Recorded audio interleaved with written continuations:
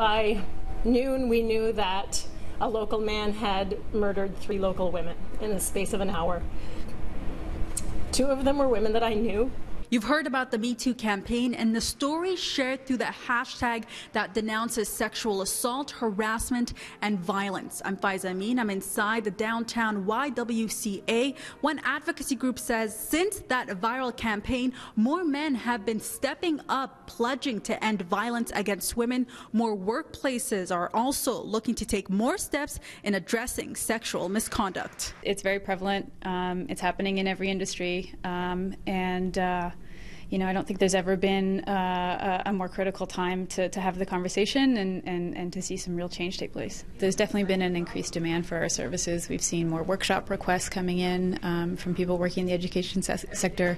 You know, we've seen our web traffic increase. We've seen more men taking the pledge. It's been kind of difficult for men to understand the scale of the problem. They don't experience it themselves day to day oftentimes.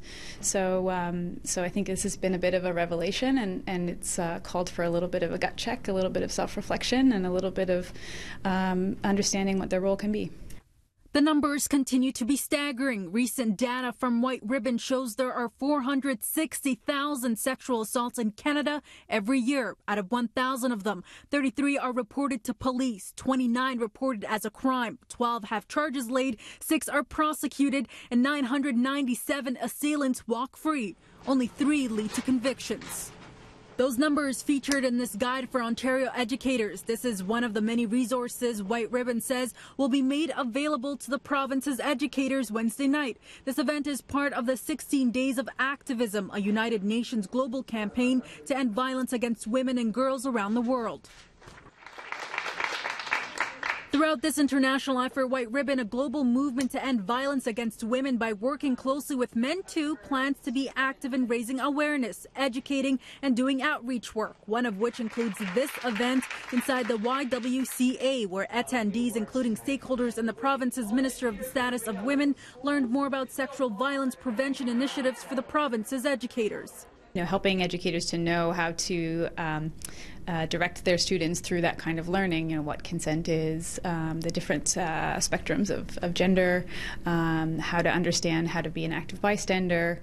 Is there any data to suggest that education on gender-based violence is necessary at a young age? The awareness of the issue and making sure that our young people out there are able to think about what they're doing and the impact of their actions definitely deters the ability and the possibility of sexual violence and harassment. There are 2 versions of the guide for Ontario educators, one geared to grades 1 to 8, the other to high school students. White Ribbon says both of these booklets will be made available online. In Toronto, I'm Faiza Amin for City News.